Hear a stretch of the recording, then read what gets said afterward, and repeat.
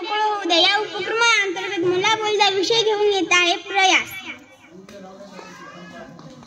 आजच्या मला बोलू द्या अंतर्गत मी विषय घेतला आहे पाणी। पाणी आपल्या सर्वांसाठी खूप महत्त्वाचे असते।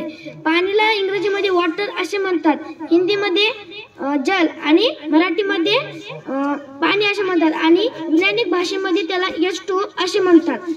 आपण कधी कधी पाहिले असेल की जेव्हा पण आपण कधी कुठे आग लागली असेल आणि तिथं जर कधी कधी आपण पाणी टाकतो ती आग कमी व्हायच्या जागी ती आग अजून वाढते। तर तसं काऊन होतं? कारण की जे आपलं जे पाणी असतं तर त्याच्यामध्ये जेव्हा आपण फेकतो तेव्हा जी बाहेरचं जे ऑक्सिजन असतं, ऑक्सिजन काय करतं, जी आग लागण्यासाठी ऑक्सिजन मदत करतं। तर ती काय होतं, पाण्यामध्ये मिक्स होतं आणि मग जेव्हा आपण फेकतो तेव्हा ऑक्सिजन पाण्यामध्ये मिक्स झाले म्हणून आग अजून वाढते। आता आपण अग्निशामक यंत्र म्हणजे आपण फायर ब्रिगेड म्हणतो त्याला इंग्रजीमधून। तर ती काय करते, जेव्हा ती पाणी टाकते त्याच्याकडून विसतं, कारण की त्यांची जी पाण्याची जे टँकर असतं त्याच्यामध्ये ते ऑक्सिजन मिक्स होण्याच्या जागी कार्बन डायऑक्साईड मिक्स करतात। कार्बन डायऑक्साईड काढून की ऑक्सिजन मिक्स होऊ नये म्हणून। आणि कार्बन डायऑक्साईड काय करतं की जे ऑक्सिजन असतं त्याला मिक्स होऊ देत नाही पाण्यामध्ये।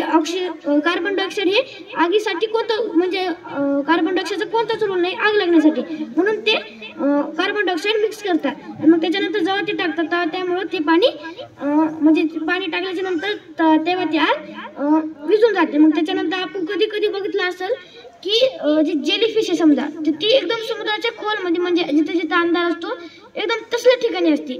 मग तिथं काय होतं की मग ती श्वास कसं घेणार, म्हणजे ती बी एक जीव आहे तर मग ती श्वास कसं घेणार। तर मग असं मी आता सांगितलं जे की जे ऑक्सिजन पाण्यामध्ये मिक्स होतं, हवेने ऑक्सिजन जे मिक्स होतं त्याच्यामधून जेलीफिश ते श्वास घेतात। आणि जे वर जे पाण्याच्या वर असतात ते त्यांना जे असते म्हणजे कल्ले असतील त्याच्याद्वारे ते श्वास घेतात। आपली पूर्ण पृथ्वी 100% त्यापैकी 71% पाणी आहे, 29% ही जमीन आहे। त्यापैकी 71% मधले 3% हे म्हणजे स्वच्छ पाणी आहे। त्या 3% पैकी 2% हे बर्फ आहे आणि 1% पाणी आहे। तरी सुद्धा आपण ते पाणी खूप वेस्ट करतो। आणि पाण्याचे खूप चांगले हे म्हणजे झाडाला पाणी देण्यासाठी, समजा कधी कधी कार गाडी धुण्यासाठी त्याच्यासाठी यूज करतो, आंघोळसाठी पाणी प्यायला यूज करतो, भांडी धुवायला, आंघोळ करायला। कधी कधी आपण असंच पाणी वेस्ट करतो, कोणती रूम साफ करायला। तर एखाद्या आपल्याला आपली कार साफ करायची आणि ती कार साफ जरी असलं तरी आपण वेस्ट करतो। आणि कधी कधी आपण असं 1 ग्लास पाणी घेतो आणि त्यापैकी अर्धा ग्लासच पितो आणि 1 ग्लास फेकून देतो, असं आपण केलं नाही पाहिजे। धन्यवाद।